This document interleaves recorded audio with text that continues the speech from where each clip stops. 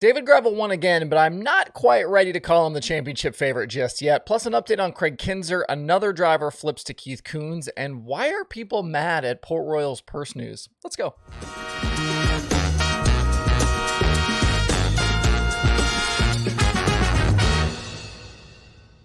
It's Tuesday, March 7th. I'm Justin Fiedler. This is Dirt Tracker Daily.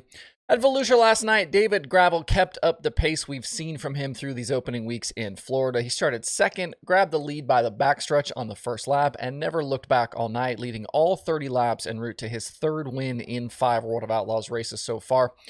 If we throw in the 2 All-Star nights from Dirt Car Nationals, Gravel's 7 finishes to start the year are 3rd, 10th, 1st, 12th, 2nd, and 1st. The 10th was a night where they admittedly were trying some stuff earlier in the season, and the 12th was from Sunday when they got into that incident with Carson Macedo and Jacob Allen and had to finish the race with a damaged race car. Gravel even said last night in Victory Lane that the pinched headers on the car Sunday hurt that engine, and they ended up having to swap it out after qualifying last night. That engine must have still been running pretty good, though, because Gravel missed getting quick time by just 1/1000th of a second behind Donnie Schatz.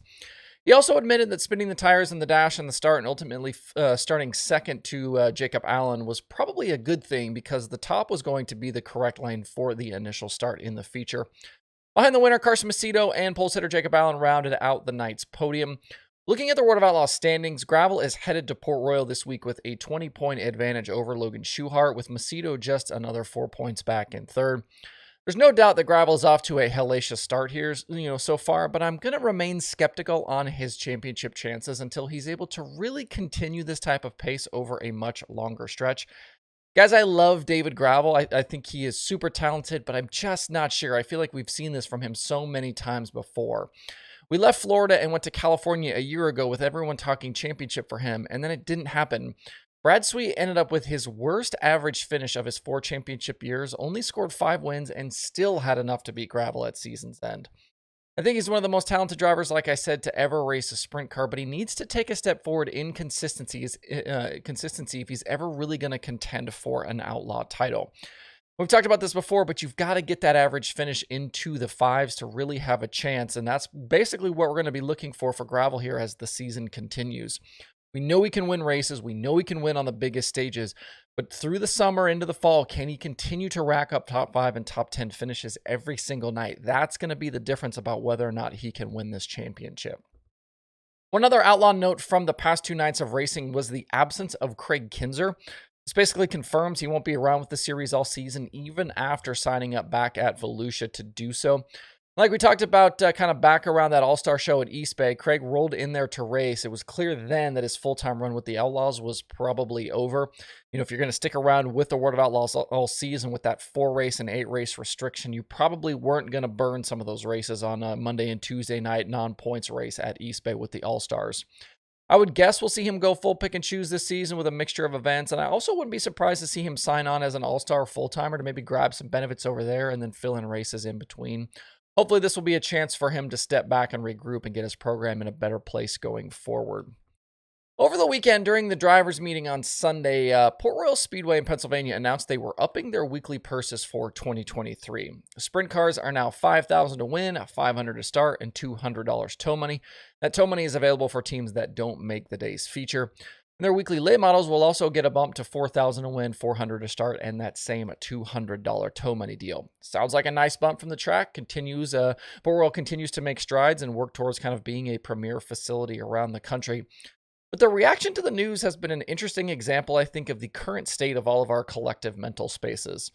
The track announced a purse bump that also won't come with a ticket price bump, but there are somehow still complaints and social media hate anyway. We can't even be happy about good news anymore.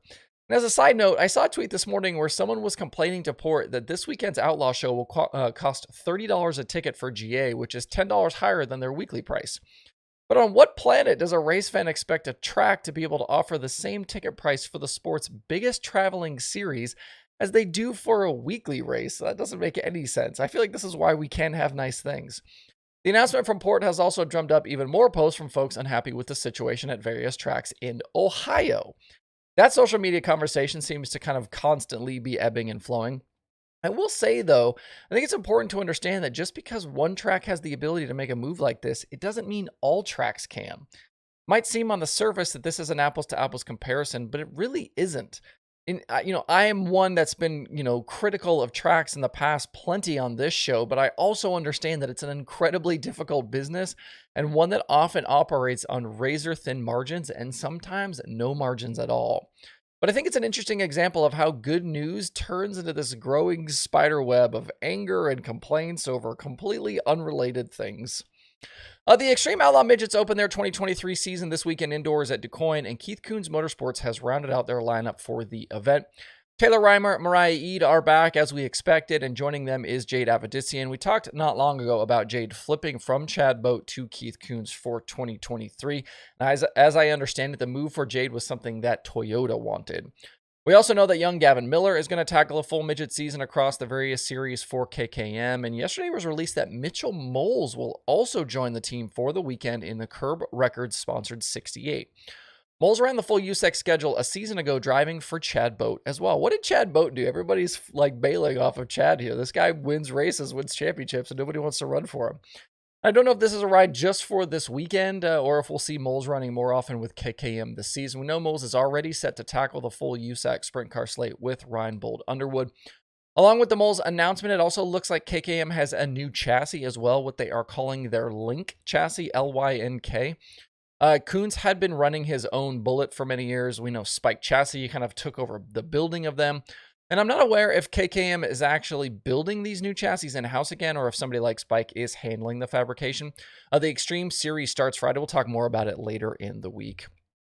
The wet open to the California dirt racing season continues, and King Speedway in Hanford has already put the kibosh on their sprint car show for the weekend. This was King Speedway before, then it was Colorado Speedway. Now it's back to being King Speedway again. If that's confusing, we could just say Hanford. They were supposed to have 410 sprint cars, 360s, 305s, and IMCA stock cars on Saturday for the Dave Helm Memorial, but they're now looking at future date options to move it. Forecast for later this week in that area shows rain from Thursday through Saturday, so clearly this makes sense. Marysville is planning on running on Saturday still, and they did race this past weekend with Tanner Carrick grabbing the victory there. Looking around at the schedules, Placerville has a test and tune slated for this weekend. Bakersfield is still running. But Hanford, Tulare, Ocean, Chico, some of those other tracks have races scheduled for the coming week. So hopefully things start to dry out a little bit there in California. 3 items on the streaming schedule for today. Devil's Bowl has IMCA racing that will be on Speed Sport. There's also Dirt Vision Now and Flow Racing 24/7. To see the full daily streaming schedule with links to watch, visit dirttracker.com/watch tonight. Hope you guys have a good Tuesday out there. We'll be right back here tomorrow for more.